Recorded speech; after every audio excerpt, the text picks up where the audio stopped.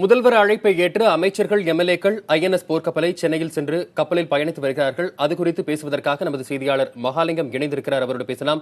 மகாலிங்கம், எத்தனை எம்எல்ஏக்கள் வந்திருக்கிறார்கள்? அவர்கள் பார்வையிடுவதற்காக சிறப்பு ஏற்பாடுகள் என்னென்னலாம் செய்யப்பட்டிருக்கின்றன?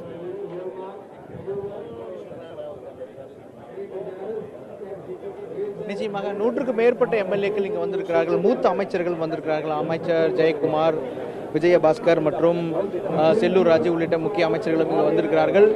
இந்த ஐஎன்எஸ் சென்னை கப்பலினுடைய செயல்பாடுகள் குறித்த ஒரு விளக்கத்தை இன்று கடற்படை அதிகாரிகள் காட்ட இருக்கிறார்கள். தற்பொழுது இது குறித்து அமைச்சரிடம் நாம் நேரடியாக கேட்கலாம். சார், இன்றைய பயணம் ஒரு முக்கியமான பயணம். இது மாதிரி இதுக்கு முன்னால் எம்எல்ஏக்களோ அமைச்சர்களோ எம்பிக்களோ சென்றதில் இது எப்படி பார்க்குறீங்க? இது ஐஎன்எஸ் சென்னை வந்து ஒரு டெடிக்கேட்டட் ஷிப் தட்டு மாடர்ன் டெக்னாலஜியில் இது பார்த்தீங்கன்னா எல்லா விதமான அதுவும் இண்டிஜினஸ் டெக்னாலஜி முழுக்க நம்முடைய தேசத்திலே எல்லா வித அதிநவீன தொழில்நுட்பத்தோடு வடிவமைக்கப்பட்ட ஒரு நவீன போர்க்கப்பல். 11 மாடி இருக்குது, 7500 டன் இந்த கப்பல். கிட்டத்தட்ட பார்த்தோம்னா 6000 கோடிக்கு மேலே மதிப்பு. இதை பார்க்கறதுன்றது வாழ்க்கையில் நாம் பெற்ற ஒரு பெரிய கப்பல் எப்படி மிக முக்கியமோ, இந்த கப்பலுடைய எப்படி முக்கியமோ அதே போல தற்போது அரசியல் களமும் மிக முக்கியமாக வாய்ந்து நேவி ஷிப்பு. இங்கே அரசியல் நம்ம பேசினா நேவிக்கு எம்பாரஸ்மெண்ட்டாக இருக்கும். சாரி, இல்லை இங்கே சார் ஒரு தகவல் ஒன்று வந்திருக்கு. இப்போ இந்த பேச்சுவார்த்தைக்காக குழு அமைக்கப்பட்டிருக்கு. அப்படி இல்லை அது தயவுசெய்து சொல்கிறேன். எந்த கேள்வி வந்தாலும் நான் உங்களுக்கு கப்பலுக்கு வெளியில் நான் சொல்கிறேன். கப்பலுக்குள்ளே சொல்கிறதுன்றது மற்றவங்களுக்கு ஒரு எம்பாரஸ்மெண்ட் நம்ம கிரியேட் பண்ணக்கூடாது. இல்லை, பொதுவாக இப்போ நேற்று செய்தியாளர் சந்திச்சிங்க, அப்போ விரிவாக பேசியிருந்தீங்க. உங்களுடைய பேச்சு நாங்கள் பார்த்தோம். இப்போ அதில் அடுத்த கட்டமாக என்ன நகர்வு இருக்குது? ஏன்னா இப்போ ஓபிஎஸ் அவர்கள் சொல்லியிருக்காங்க பேச்சுவார்த்தை நடந்துருக்கு, குழு அமைக்கப்படல. இப்போ அவர் சொன்ன அந்த கருத்து நம்ம வரவேற்றிருக்கிறோம். பேச்சுவார்த்தைக்கு வரணும்னு வர்றதுக்கு ரெடியாக இருக்காரு. நாங்களும் ரெடின்னு இருக்கோம். அதனால் அவர் இப்போ இன்றைக்கி காலையில் தான் தகவல் வந்தது. அவரை பார்த்தீங்கன்னா ஒரு ஒப்புதல் கொடுத்துருக்காரு பேச்சுவார்த்தைன்னு. ஸோ அதன் அடிப்படையில் பார்த்தீங்கன்னா உட்காந்து மொராலிட்டிஸ் எப்படியெல்லாம் பேச்சுவார்த்தை இருக்கணும், பேச்சுவார்த்தை அமைப்புன்றதை நம்ம ஒர்க் அவுட் பண்ணணும். இல்லை, இதில் முக்கியமாக சார் பல்வேறு விஷயங்கள் அவங்க சொல்லியிருந்தாங்க. அணி பிரியும் போது பல்வேறு சொல்லி இது இல்லை ஒரு கடைசி கேள்வி இல்லை. பேசிக்காக இந்த இடத்துல நான் சொல்கிறது நல்லா இருக்காது. அது பார்த்தீங்கன்னா எத்திக்ஸ் இருக்குது. அங்கே அந்த எத்திக்ஸ் நான் ஃபாலோ பண்ணணும். ஸோ அது நேவிக்கு ஒரு எம்பாரஸ்மெண்ட் நிச்சயமாக கொடுக்கும். இந்த பயணம் தற்பொழுது ஐஎன்எஸ் சென்னை கப்பலை பார்வையிடுவது மட்டுமல்ல, பல்வேறு அரசியல் விஷயங்களை மிக விரிவாக பேசுவதற்கான ஒரு தளமாகவும் இந்த பயணம் அமைந்திருக்கிறது என்று சொல்ல வேண்டும். ஐஎன்எஸ் சென்னை கப்பலை பொறுத்த வரைக்கும் இந்தியாவிலேயே உருவாக்கப்பட்ட மிகப்பெரிய போர்க்கப்பல். இந்த கப்பலில்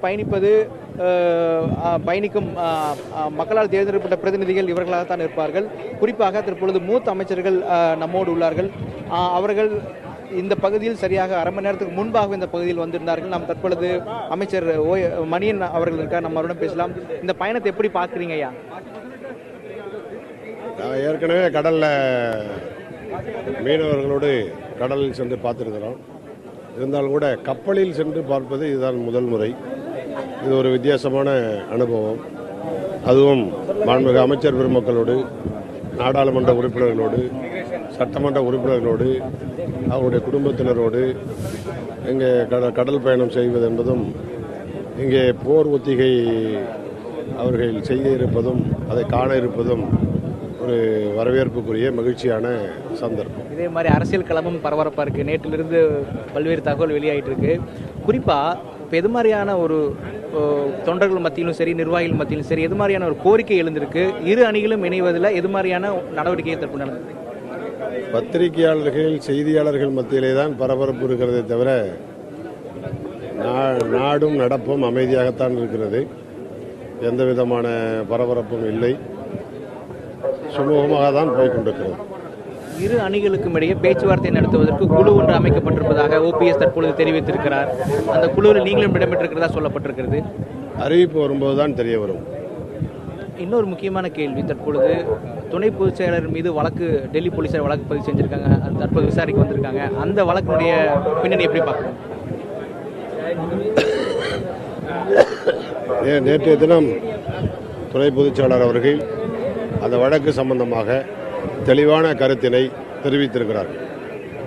நிச்சயமாக பல்வேறு கருத்துக்களை திடமாக வெளிப்படையாக பேசக்கூடிய அமைச்சர் செல்லூர் ராஜு நம்மோடு இருக்கிறார். அவரிடம் பேசலாம். சார், இந்த பயணத்தை எப்படி பார்க்குறீங்க? குடும்பத்தோட இப்போ கிளம்பி புதுமையான அனுபவம். மனைவி, மகள், மருமகன், பேரங்க இவங்களோட ஒரு புது அனுபவத்தோட இந்த பயணத்தை நாங்கள் தொடங்குகிறோம். உண்மையிலே ரொம்ப மகிழ்ச்சியாக, வாழ்க்கையில் இது ஒரு மகிழ்ச்சியான தருணம் என்று நான் நினைக்கிறேன். கண்டிப்பாக. ஆனால் அரசியல் களமும் பல்வேறு மாற்றங்களை சந்திச்சுட்டு இருக்கு. அதனுடைய கருத்து உங்களோட எப்படி இருக்கு? நேற்றைக்கு வரைக்கும் இரு அணிகளும் பேச போறாங்க அப்படின்னாங்க. இன்னைக்கு காலையில் பேச்சுவார்த்தை தொடங்க இருக்கிறதா தகவல்கள் வெளியாயிருக்கு. பேசப்போவது என்பதே இரு அணிகளுக்கும் மகிழ்ச்சி தரக்கூடியது. இன்னைக்கு தொண்டர்கள் அதைத்தான் விரும்புகிறார்கள், நாட்டு மக்களும் அதைத்தான் விரும்புகிறார்கள். அம்மா உருவாக்கின இயக்கம் ஒன்றுபட வேண்டும், அம்மாவுடைய கொள்கைகள் கட்டி காக்கப்பட வேண்டும் என்றால் இந்த இரு இயக்கங்களும் ஒன்றுபட்டு இரட்டை இலை சின்னத்தை மீட்டெடுக்கணும். இதுதான் மக்களுடைய எண்ணமும், இன்னைக்கு தொண்டர்களுடைய எண்ணமும் அதுதான், தலைவருடைய எண்ணமும் ஒரே மாதிரி இருக்கிறது. குறிப்பாக பல்வேறு விஷயங்கள், அதாவது பல்வேறு நெகோசியேஷன் சொல்லுவாங்க, சில விஷயங்கள் முன்வைக்கிறாங்க அந்த தரப்பில், ஓபிஎஸ் தரப்பில் அப்படிங்கிறாங்க. ஏற்கனவே அவங்க அணியிலேருந்து பிரியும் போது பல்வேறு குற்றச்சாட்டுகளை சொல்லியிருந்தாங்க. இப்போ அதெல்லாம் எப்படி உங்களுக்குள்ள ஜெயிலாருக்கான காரணிகள் எப்படி இருக்க போகுது? இந்த பயணம் மற்ற எம்எல்ஏ கூட இது குறித்து பேசுவதற்கான வாய்ப்பு அமையுமா? முதல்ல இந்த பயணம் முழுக்க முழுக்க ஒரு சுதந்திரமான, ஒரு மகிழ்ச்சி தரக்கூடியதாக ஒரு பயணம். அரசியல் நெருக்கடியே இருந்திருக்க சூழ்நிலையில் இது ஒரு புதிய அனுபவமாக இருக்கிறது. மற்றொன்று, நீங்கள் என்ன சொல்லிடுறீங்கன்னா, வெளியே இந்த மாதிரி அவர்கள் சில நிபந்தனைகள் விதிப்பதற்கான காரணங்கள்லாம் இருக்குது. எனவே அதை நீங்கள் எப்படி அணுகப் போகிறீர்கள்? ஏற்கனவே அதனுடைய தலைவராக இருக்கின்ற முன்னாள் முதலமைச்சர் ஓ பன்னீர்செல்வம் அவர்கள் நிபந்தனையற்ற முறையில் இரு அணிகளும் பேசுவதற்கு நான் தயாராக இருக்கிறோம் என்று சொல்லியிருக்கிறார். அந்த அடிப்படையிலே முதலமைச்சர் அவர்கள் இன்றைக்கு எங்களை எல்லாம் அழைத்து முதன்மை அமைச்சர்களை கொண்ட ஒரு குழு அமைத்திருக்கிறார். அந்த குழுவை பேச்சுவார்த்தை நடத்துவதற்கான வாய்ப்புகள் அதிகம். எனவே அண்ணன் தம்பிக்குள் பிரிவான ஏற்பட்ட பிறகு இதில் கோரிக்கை வைப்பது, நிபந்தனை விதிப்பது என்பது இரு அணிகளுக்கும் சரியாக இருக்காது. அது எந்த தரப்பில் வந்தாலும் அது ஏற்றுக்கொள்ளப்படாததாக இருக்கும். என்னென்னா, அண்ணன் தம்பிக்குள் பிரிவு ஏற்பட்டிருக்கிறது. அந்த பிரிவு ஒன்றுபடுத்த வேண்டும் என்று நினைக்கிறோம். எனவே இந்த அடிப்படையில் பார்க்கின்ற பொழுது எந்த நிபந்தனையும் இதற்கு விதிக்கப்பட மாட்டார்கள் என்றுதான் நான் கருதுகிறேன். பொது தளத்தில் கட்சி தலைமைக்கு ஒரு மாற்றம் வேண்டும் அப்படிங்கிற கருத்து பரப்பப்படுது. கட்சியிலையும் ஒரு தரப்பினர் அதை ஆமோதிக்கிறாங்க. நீங்க எப்படி பாக்குறீங்க? கட்சியில ஒரு தரப்புல ஆதரிக்கிறாங்கன்னா அது முழுமையாக என்ன என்றது தெரியவில்லை.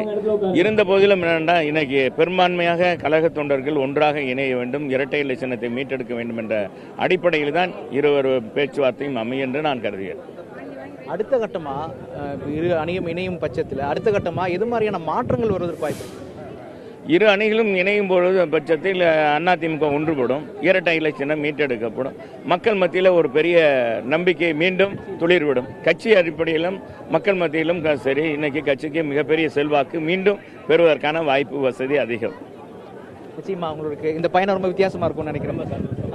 இந்த பயணம் தற்பொழுது தொடர்ந்து வெறும் கப்பல் பயணமாக மட்டும் இல்லாமல் பல எம்எல்ஏக்களும் அமைச்சர்களும் குடும்பத்தோடு வந்திருக்கிறார்கள், தங்களது சக அமைச்சர்களோடு வந்திருக்கிறார்கள், தங்கள் சக எம்எல்ஏக்களோடு வந்திருக்கிறார்கள்.